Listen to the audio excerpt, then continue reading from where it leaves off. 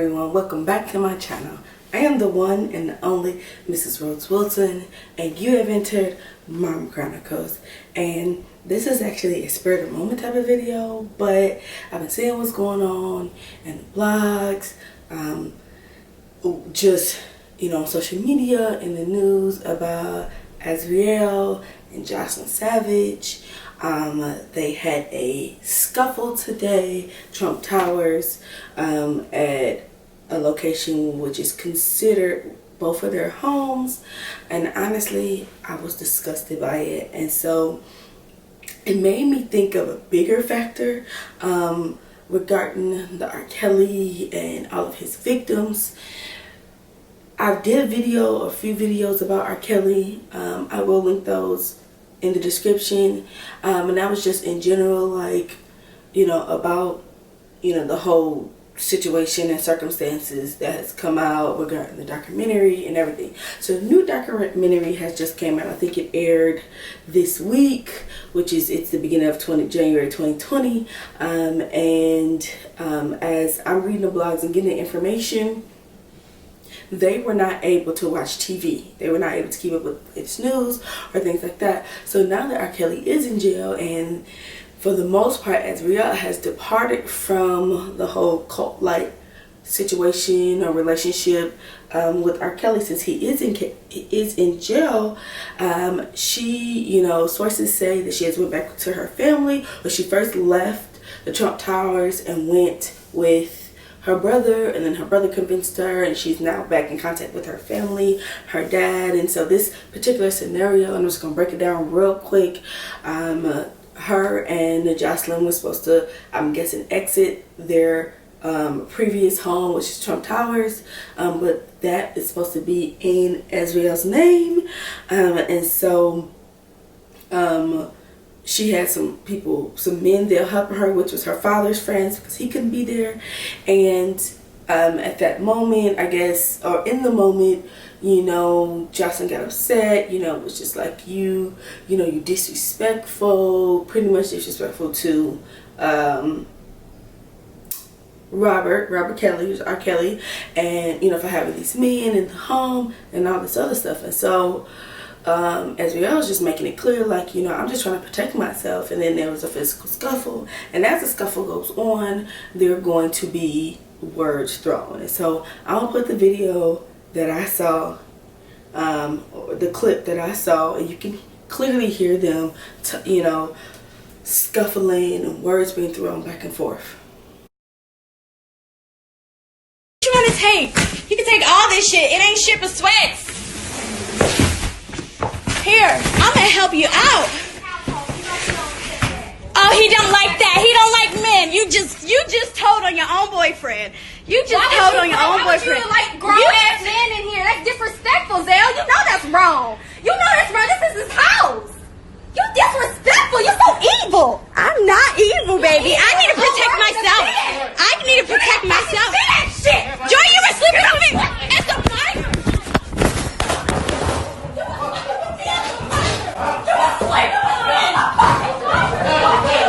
Okay. You're sleeping with me on the fire. You were sleeping with me. Bitch, I know how to fight. I know how to fight. Okay. I know how to fight. I'm pressing charges too. She's crazy.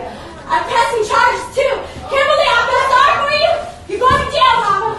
You're going to jail, mama. I'm going to jail. Where my phone at? Where my phone at? Keep laughing, because all of y'all gonna be in jail together. Girl, nobody going to... I ain't even gonna cap, because you know what? Rob has been lying to all of y'all. And that's the sad part about it. That is the sad fucking part about it.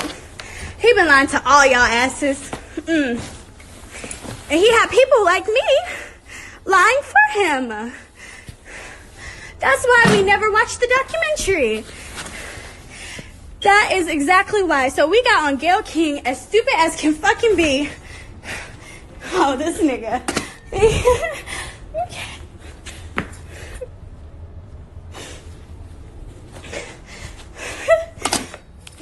Get his bitch these last few Grammys. Give her these last few grams. You know, obviously they're calling each other out each other's name and things like that. But you can clearly hear Azriel's voice saying, you know, messed around with me when I was a minor.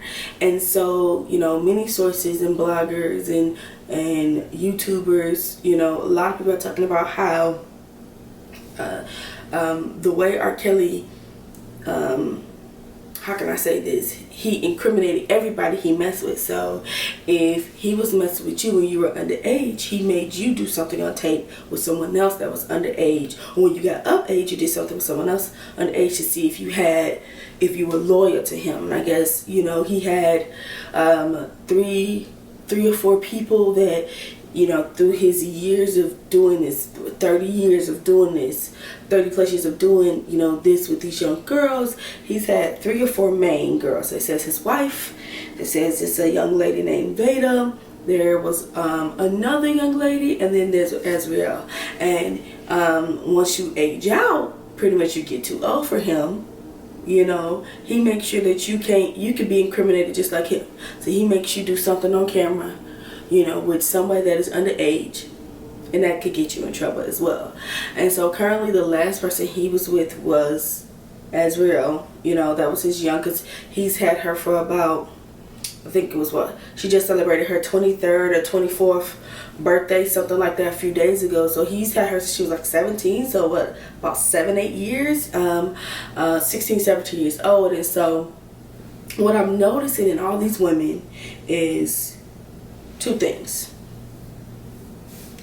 First of all, they either had bad home situations. When you watch the first documentary, you know, a lot of these young girls, you know, their parents didn't know their parents didn't know or didn't care, didn't come look for them. You know, the single parent homes, no father figure, you know, pretty much can do as they please at, you know, very young age.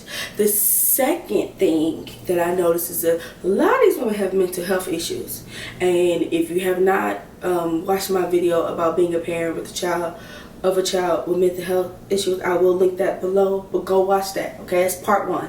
I haven't even had the guts to edit part 2 yet, because a lot goes into, you know, dealing with mental health. And so going back to having mental health, you know, it talked about that a few weeks before Azriel officially went with R. Kelly. She was in a mental institution because she tried to take her own life from a previous boyfriend, you know, either stopped talking to her or cheating on her or something like that.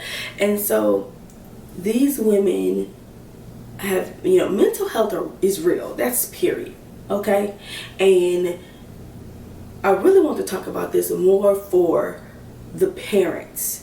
And I did more of a enabler parent video before, but I'm talking about like outside of R. Kelly, because there's a lot of R. Kellys in the hood, you know. And what I mean by that, doughboys messing with young girls. Doughboys, if you do not know what a doughboy is, a drug dealer.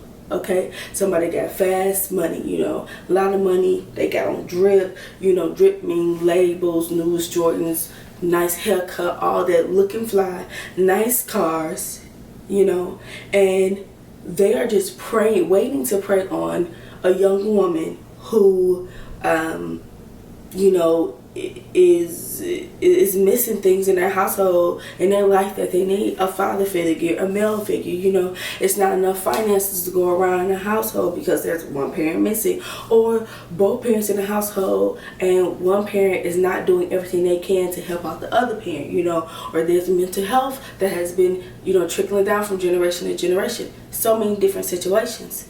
And I remember, you know, growing up, there was a lot of girls like that. Like, you know, like that. The girls that had 2-parent households, and I'm just going to be honest with you, girls that had 2-parent household, the girls that had, and in those 2-parent household, like, the father wasn't cheating on the mother wasn't cheating on the father, like, it was good, wholesome household. Those weren't the girls that was, you know, run around with the drug dealers. Those weren't the girls that was, you know, just being promiscuous. Those weren't the girls who, you know, they didn't have an idea of what their future was going to be outside of, you know, after they graduated, so on and so forth. Those weren't the girls that, you know, could just, you know, be out late and parents not know where they were. Those weren't the girls. Now, I'm not saying that every girl was like that, but the majority of them, and I'm saying proven, the majority of them, you know, if they had 2-parent households and the household had a good foundation and, you know, and things like that, those girls weren't doing that. Not at all. Not at all. Not at all. And so, you know, going back to the women and the you know, being with the minors and all that stuff, you gotta be at a level of low to let somebody incriminate your mind, body, and soul like that. And these girls were. I know Jocelyn Savage, she has 2-parent household, but she got some obviously mental issues as well, because she doesn't think anything wrong with that. She was with someone that was a minor when she was an adult, because she got with R. Kelly when she was grown. She was a big girl. She was like 19 or 20 going to college in Atlanta. So all I'm here to say is, fathers, step up to the plate. If you can make things work with the parent, with the mama, make it work and show those those daughters, those sons, you know, what it's like to have a good foundation, how you should be treated as a young woman by treating their mother with respect. Okay, the relationship didn't work out, but now you still should treat that woman with the utmost respect. You still should treat any other women, males, with the utmost respect that you're going to be involved with. Women, you know, the different men in and out the house, not knowing where your daughter is, you know, sometimes situation actually happened to me, scenario, right? Today, my daughter, you know, said her stomach was hurting. She didn't know why her stomach was hurting. She took a lunch. I made her lunch this morning. So took a lunch, but she didn't bring her lunch pail home. Right? Kids lose things. I don't make it big. It's not that big of a deal. It's a lunch pail. And so I was thinking that today I'm just gonna continue to make her lunch like I had been. And I think she thought I was upset at her. And so, not thinking about it, you know, she took a quick little nap after school, you know, and then she woke up and I'm talking to her and she's not answering. She's looking at me, but I'm talking to her. So, you know, I got a little, you know, Mom Chronicles 2.0 in me. I know you hear me talking to you. And so she begins to cry. So I tell her, you just go into your room. I just thought about it. I said, you know what? Maybe she just need a hug. Maybe she just didn't have, you know, even though she had a good day, she's top of her class, she got a high color, it's the color will of behavior, she had a high color. Maybe, you know, she's upset because she lost her. And at 6 years old, you could be upset that you lost your lunch pail. And so I just went in there and I hugged her and I gave her a hug and I said, anything you want to talk about? How, you know, I broke down at their house, this is school, that is school, anybody talking this way. And I broke it down because I'm not 6 years old. I don't live in the day of being 6 years old right now, so I don't know how school is. I do my best to teach her. But the point of the matter is, I took a different approach to it. I ain't beat her, I ain't whoop her because she was ignoring me, clearly ignoring me. So, first and foremost, you gotta have a relationship with your kids to know that that needs to be done. Second of all, be there, be present, okay? And when you present, that's when you can have conversations. That's when you know the difference between when your child walk in the house and they're skipping, and the next day they walk in the house and they kind of just strutting. You know, oh, why you strutting? Because yesterday you were skipping. What made you skip yesterday? Now today you strutting. It's the little things. And I know Azriel, Jocelyn Savage, I think her name was Lisa. There was the Hispanic family that I think they were in like Florida. You notice the difference in your child. I know parents have to work. I get it. I was raised by a single mother. I understand that. But something has to be done where you have to go that extra mile. I don't know what your community is like. I think the girl Lisa who was with him, you know, she was on a documentary. Lisa talked about how, you know, he used to fly her out. Her mama didn't care. How are you 16 and 17 but you getting flown out? Where's the parents at? What are we doing to save our children? Save our children. What are these households like?